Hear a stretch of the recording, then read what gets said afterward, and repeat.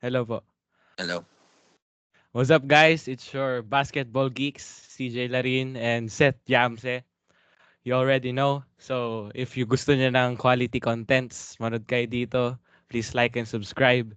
So, guys, it's our first podcast. So, ayun, guys, we have uh, the one and only. So, the one and only General Sniper. Tapos, tawag dito, Robin Hood eh. So, ladies and gentlemen, welcome natin si Kuya Ralph Vincent Robin. So, Hello. Magandang araw. sa background ni Kuya Ralph, he played in EAC Generals, NCAA. 6 years po ba, Kuya? Ah, 4 seasons, pero nagstay ako like almost 6 years din. Oh, Nakalaro six. ko 4 na season sa NCAA. Oh, tapos he played in PBA D-League din representing EAC din po. And Ah, Nueva Ecija Capitals sa PSL. And currently, he's playing in the MPBL Pangasinan Heatwaves. So, yun kuya. Kamusta po kayo kuya? okay naman. Doing good so far.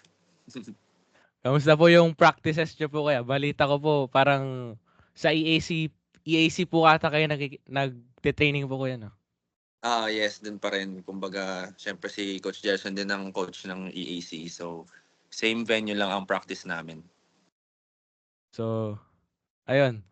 Simulan natin yung kuya ano lang to hindi po siya madibdibang questions. So, Okay. okay lang. Baka pang pageant yung mga ano nyo Hindi, okay lang po kuya. Ano? Very Ah, casual. Okay. so, yung unang question po kuya is, how did your basketball journey begin po? Ah, Nag-start ako maglaro ng basketball like around 7 years old ata, 'no? Mga gano'ng age kasi father ko rin kasi naglalaro dati. Kumbaga used to play basketball din and naalala ko lang ginawan niya lang ako ng ring nun ng parang court sa may garahe namin and then ayun pinaglaro niya ako and suddenly napamahal din ako sa larong basketball siguro dahil napapanood ko rin kasi yung father ko. And then ayun sunod-sunod na hanggang sa nakahiligan na. Hanggang nakapag-varsity na ng high school and then hanggang ngayon naglalaro pa rin. So you grew up kuya sa basketball family na talaga. Oo. Kumbaga nasa dugo namin. Siyempre, growing up in Antipolo City, madami diyang Oo. growing up in Antipolo City, madami diyang talagang basketball Mm. family eh. I think yung Mm. si Mike Ayon, taga Antipolo yan eh. Okay. Oo. So yun, since growing up in a basketball family, dun ba nagkaroon ng kumpiyansa? Kasi in every home game dito, present ako eh. Mostly, ng Mm. Pangasinan talaga. And Mm. they're always looking at the Ralph Robin na catch and shoot. So what Mm. the confidence from NCAA until now sa Pro League sa MPBL, yung confidence nyo for always to shoot at the green light? Mm. Ah, Oo kasi feeling ko naman dahil kay ano rin, Coach Gerson din 'no, na knowing na naging coach ko sa ng college kahit isang taon lang 'no, binigyan niya pa rin ako ng alam mo yung trust and yung tiwala niya sa akin na 'pag open talagang i-shoot mo kasi parang yun yung binibigay niyang trabaho din sa akin eh. And ayun, thankful rin ako kay Coach Gerson 'no, na siya yung coach ko. So, yun nga kuya. Paano nga paano po ba kayo na nagsimula yung MPBL career niyo po? Paano po nagsimula yung MPBL career niyo? Ah, nag Nag-start siya kasi after ng stint namin sa NCAA, 'di ba? Parang gumanda yung standing namin, kumbaga nag-improve dahil din sa system na dinala ni Coach Gerson. And siyempre si Coach Gerson meron din siyang MPBL team pa noon which is Nueva pa. So, sabi ni Coach Gerson, dadalhin niya kami sa PSL which is yung Nueva Ecija Capitals.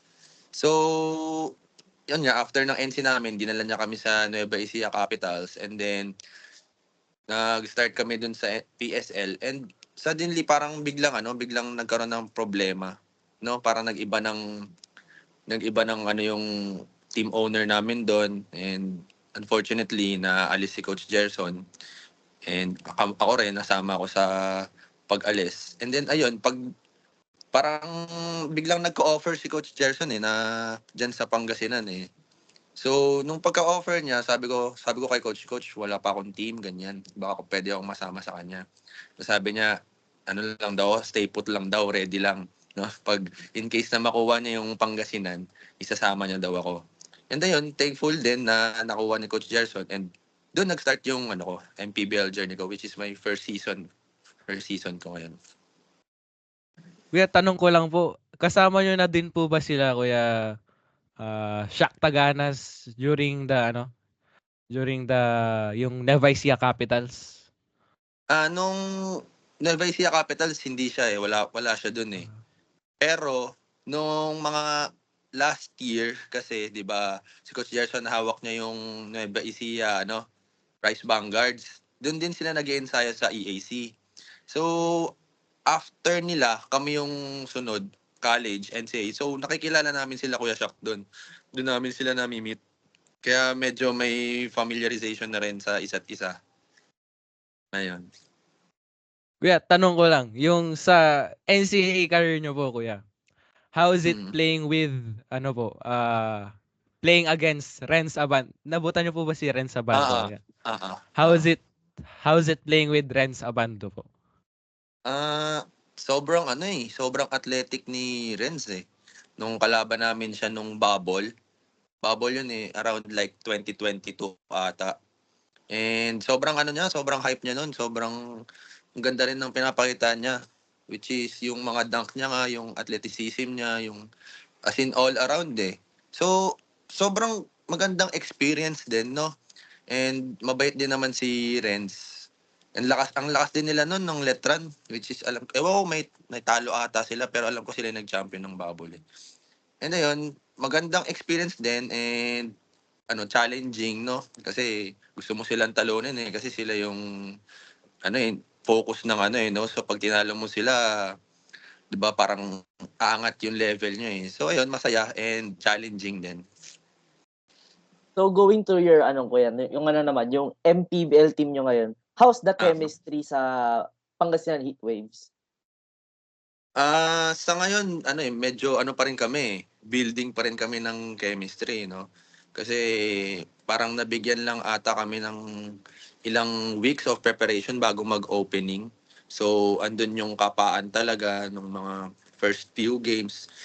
And parang ngayon, building talaga kami. Kumbaga, binubuo na namin yung chemistry talaga namin sa isa't isa para mas mag-improve yung game namin eh. Kasi ang basketball is talaga eh, team sports talaga siya eh, no? So kailangan nyo ng chemistry talaga and camaraderie sa isa't isa. So yun, everyday kayo nagpa-practice? Yes, everyday po. Kumbaga, everyday siya, everyday. Everyday po sa EAC lang yun or minsan umuwi din kayo dito sa Pangasinan to practice?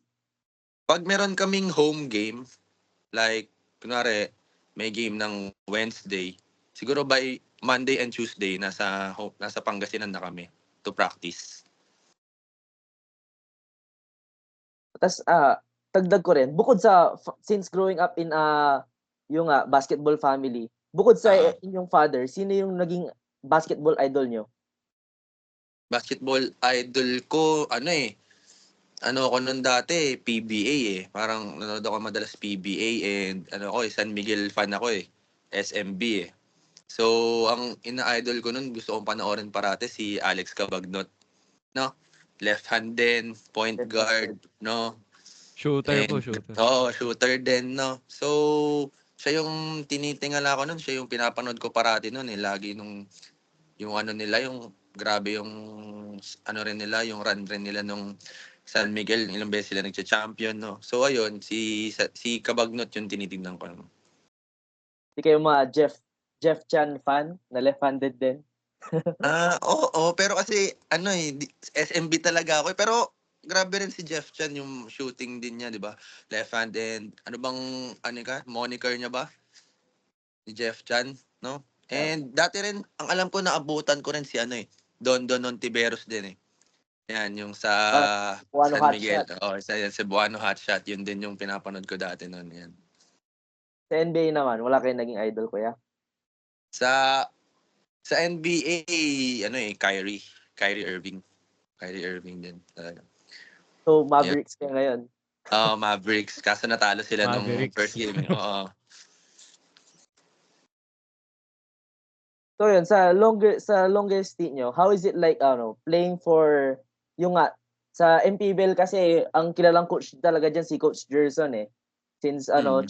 being a champion sa Nueva Ecija. How is it like na sa ngayon meron bang pagkakaiba na yung coaching style niya from college ngayon sa Pro League sa MPBL? Ah, sa tingin ko parang walang pagkakaiba, no. Kumbaga yung system niya halos ay same na same din. Pero medyo ano lang siya, medyo hard lang siya siguro sa mga college players, no. Andun yung parang sa college kasi talagang rat-ratan eh.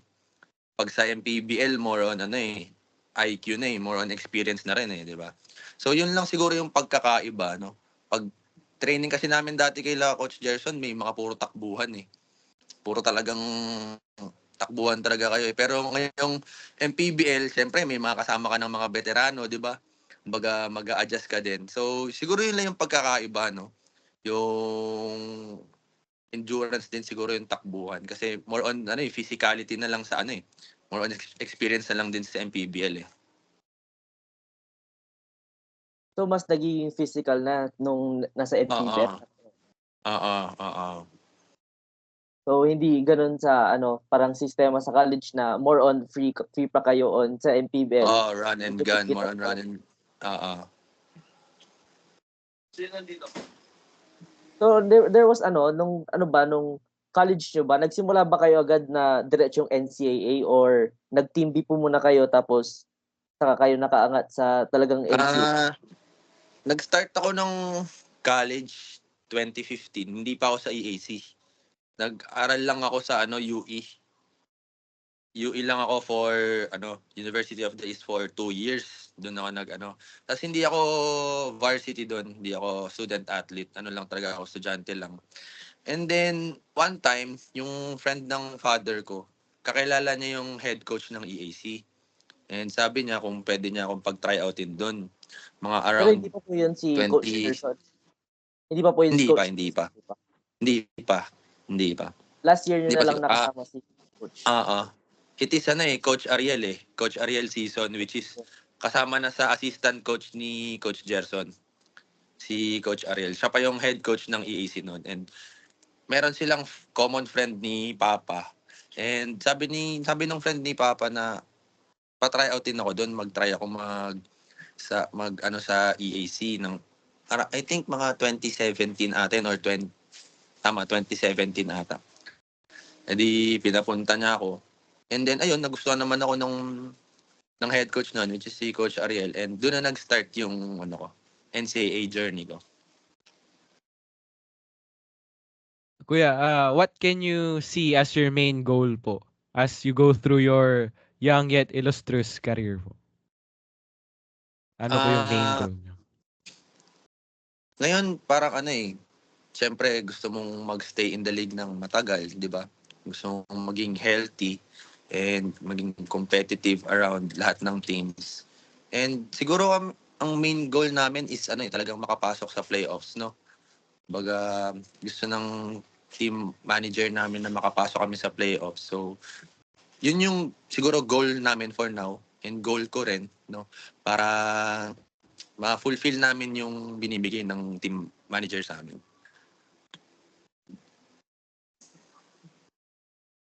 So nung kuya, nung pala, balikan natin yung story niyo nung nung nasa NCAA kayo. So you stayed healthy, 'di ba? Wala kayong naging injuries nung playing during the NCAA? Meron. Ah, Meron. so Oo, meron. nag-off kayo ng isang season or hindi naman? Oo. Kasi ang naalala ko, rookie season ko, no? I think it's season 94. Rookie season ko yun. Na-injured ako halfway. Ang NCAA, di ba, double round siya. Kumbaga, dalawang beses yung makakalaban lahat ng teams. So, na-injured ako halfway. Parang isang round lang yung nalaruan ko. And then the second round, out of the season ako. And then, unfortunately, nakaskip din ako ng isang season. Hindi ako nakalaro ng season ng yun. Diba, season 94. Then, season 95, hindi ako na-line up. Then, nag-start na siya ulit nung bubble. So, marami ring struggles, no? Marami ring struggles nung NCAA. Kumbaga, marami ring natutunan kung ano yung player ako ngayon, no? Through yung mga problems, mga injuries, mga setbacks, no? Ayun. So after the injuries, after all the setbacks, ngayon nasa Pro League na kayo. At Thankful. tuwing home game nyo naman, syempre, tuwing home game nyo, talagang napupuno yung Kalasyaw Complex eh. Kaming dalawa ni CJ, present kami dyan palagi. Basta present ba kayo parate? Okay. Present kayo palagi. So, okay. kamusta naman yung pag tuwing naglalaro ka dito, kamusta yung nagiging energy ng crowd ng Pangasinan para sa inyo? Sa akin talagang mainit ang ng energy ng crowd no. Talagang gusto rin nilang manalo kami no. Gustong-gusto nyo rin na siyempre gusto rin namin ipakita sa buong Pangasinan na kaya naming manalo. So maganda na mainit na alam mo nandun yung suporta ng fans no. Kumbaga thankful din kami sa buong Pangasinan sa lahat ng suporta no. And ang wish ko lang na sana magtiwala pa rin sila no sa amin no na kahit parati kaming kinakapos or sana andun pa rin yung support nila kasi ginagawa rin naman namin yung best namin lalo na ni Coach Gerson no na maipakita sa inyo na kaya namin mag-compete and kaya namin manalo. Well, laging support yan eh. Basta lalo na nung last game yung Parañaque eh. Oo. Grabing init eh. Pero solid Kuya, naman as always. During that Parañaque po, kuya, yung Parañaque game nyo po, ano pong feeling ng nakatalo po kayo ng yung nasa playing top seeded talaga, top seeded. How's the feeling po? Sobrang saya yung feeling no. Talagang alam mo yun, kaya pala namin na tumalo ng mga ganong teams like nasa top seeded na teams. And nagtiwala lang din kami sa isa't isa and minanifest namin no, na kailangan manalo na kami dito. Kailangan pagpunta pa lang namin ng Kalasyaw 2 days before the game, talagang mina-mindset na namin na need namin manalo. And unfortunately, ayun, thankful kami na nakuha namin yung panalo para sa amin and para sa buong Pangasinan Heatwaves. So, kuya, last question na po para ano pong maipapayo nyo sa mga gusto maging basketball student athlete, sabihin na natin. Student athlete, nangangarap na maging student athlete at sa mga gusto ding maging basketball MPBL player katulad nyo. Unang-una, syempre, kailangan yung dedication nyo yung discipline nyo nandun no?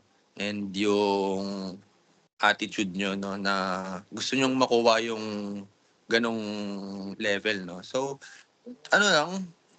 magtiwala lang kayo sa sarili nyo na kaya nyong gawin yung kami nga ako rin nanggaling din ako sa wala, di ba? So, you need to trust yourself lang na kaya nyong gawin and sipagan nyo lang parate no na kaya nyong gawin and mag-extra lang no, extra always. And syempre, wag nyo rin kakalimutan yung pag-aaral nyo no. Kasi yung basketball hindi naman siya long term. So kailangan balance pa rin no in basketball and studies din. So ayun, trust yourself lang and yung discipline at saka dedication nyo sa paglalaro. Ayun. So, thank you so much po. Okay po. Kuya Ralph. Thank you rin po. Ang Robin Hood ng Pangasinan Heatwave. Salamat po. Salamat po. Salamat po, kuya. Okay Thank po, you. thank you po. Nice to meet you po. Salamat po. See you po ulit next home game. Sige June po. 22, present na See you Okay present. po. po, sige po. See you po, see you po. Thank you, kuya. Thank you, thank you.